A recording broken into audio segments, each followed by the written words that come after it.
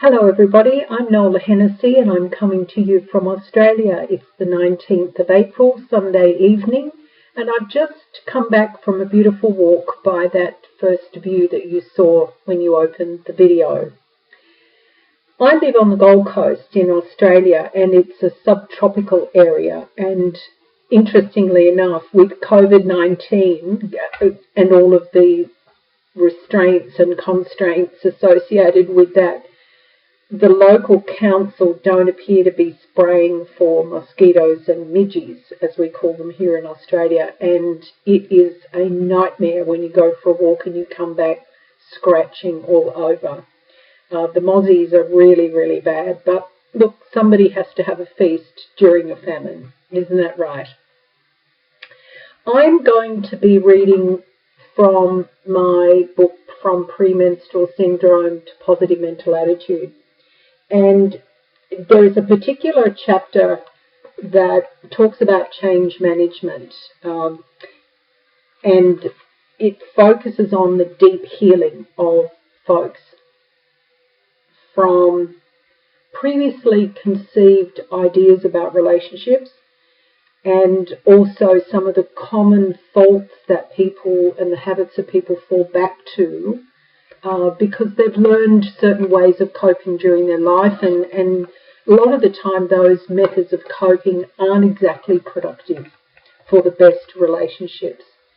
Luckily, some folks that are together for decades really understand the positive, constructive aspect of relationships. My grandparents were like that, my maternal grandparents. They were a beautiful couple. They expressed love. They were frank and open with one another, and they didn't pull punches necessarily. You know, if somebody had to be disciplined or somebody had to be told something important, but they also were very gentle overall in their approach, and that is something that's very rare in relationships between men and women. And between women and women and men. So I'm not discounting same-sex relationships here. My book focuses on male-female relationships, and that's the context from which I'm going to read. There's a 17-step process for really making strategic change in relationships, and the step 9 that I'm going to read to you is about assumptions. I need you to make a conscious decision to never make assumptions about anything ever again. Assumptions, as my precious son so aptly puts it, makes an ass out of you and me. Now, my son is nearly 37, and when I was writing this book, he was 11 years younger. So he'd obviously come across those situations where people had assumed things, or he had assumed things, and he learned from his mistakes. And so I quote him in this book quite rightly. Someone or everyone ends up wearing egg on their face when you make an assumption. The one doing all the assuming is working from a completely non-factual base. And what they're actually doing is imposing their expectations on you or a situation. And they're doing that in order to gain or influence an outcome that they or others believe is best.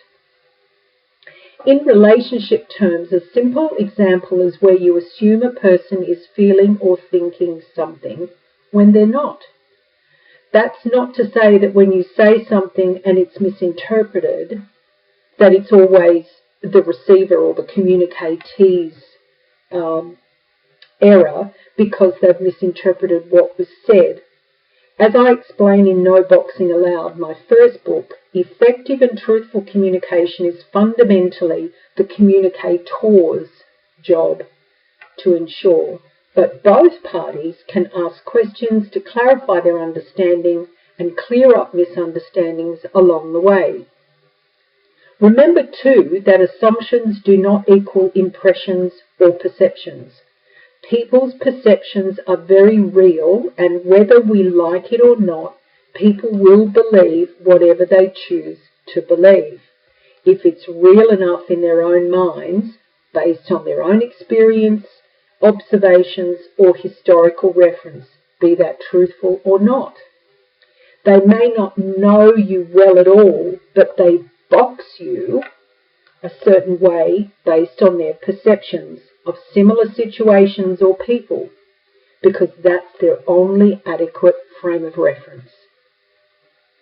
For example, if your perception is that someone is feeling angry rather than simply annoyed or frustrated, then when they express annoyance, irritation, or frustration, you may perceive them as being angry. Anger is, as we all know, a very negative energy in the body, but for some people anger rarely surfaces, and for others, like me, anger is an emotion that's no longer in the repertoire of responses. I actually consider it a complete and utter waste of time. I get annoyed about things, I do get frustrated from time to time, but I don't get angry. It is absolutely a waste of time. So making an assumption that they're expressing anger is rather unfair when you don't have all the facts. Assumptions don't work on facts.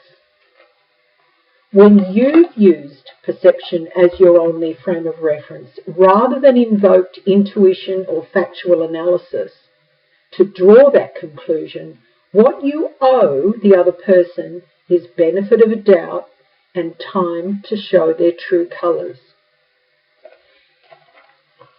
I have really been monitoring the web about the potential for quite strong civil unrest in the United States. I know in China, with the lockdown that happened, people were getting really upset at being locked in their homes. They were having physical fights with police and other officials. Now, in the United States, when you hear about rebellion and objection manifesting in a very corrosive and violent way, you have to question the motivations of the people who are asking for that to happen. So think about what I've talked about with assumptions. Listen to what you're hearing. Go back and reflect on the facts. Don't make any assumptions. Listen to what the facts are and then make a decision based on those facts. I guarantee that you will end up with a better result. I hope the week going forward is fantastic, and I trust that you haven't been able to hear the child screaming in the background who belongs to a neighbouring home. She's obviously not a very happy camper at the moment. She's a toddler of about 3 or 4 years of age, but she's got a good set of lungs on her, and for that we have to be grateful. Have a great week. Be calm, be kind, and be gentle with yourselves. I'll see you next week. Please leave comments, please like and subscribe. I'd love to hear from you. Bye for now.